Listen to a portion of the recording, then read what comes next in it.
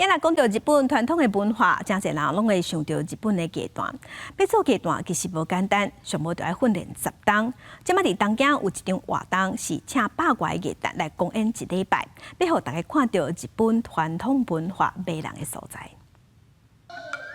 台顶乐团穿戏服，手提开线，配合音乐的节奏，打出优雅的卡花。伫东京新桥举行，已经有8年历史的东之舞，是乐团的年度盛会。日本19个地区180外个乐团，伫东京展开1礼拜演出，互观众见识传統文化的精彩。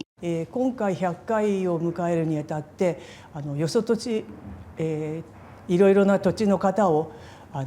出演していただいているので、その土地その土地みんな特色がありますので、同じ芸者で同じ踊りを踊ることはないんですけれども。歌团慢艺不慢心，是严格训练过的表演人员，至少要培训10年才会当合格。除了歌舞表演，也必须会晓演奏乐器，演过还阁精通地道、会道这个技艺，还阁会当教人客谈天说地，有丰富的文化知识。啊，不过因为时代变化，总讲是日本人乐团文化嘛愈来愈生分。もうそうですね、昭和が終わる頃からもう滅びていきまして。で大きい町でももう衰退してきましたので、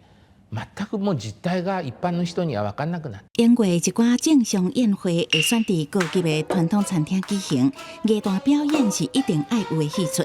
会当讲是日本文化重要的部分。啊，不过时代的演变，一寡宴会改伫西式的场馆举行，国家训练的时间实在真久，愈来愈少人愿意入行。真侪文化界人士呼吁，应该爱重视传统长伫消失的问题，建立完善的培训制度。像讲东之舞这种的文化演出，应该爱大力推广，互更较侪人体会乐团文化的魅力。公司新闻由派准编译。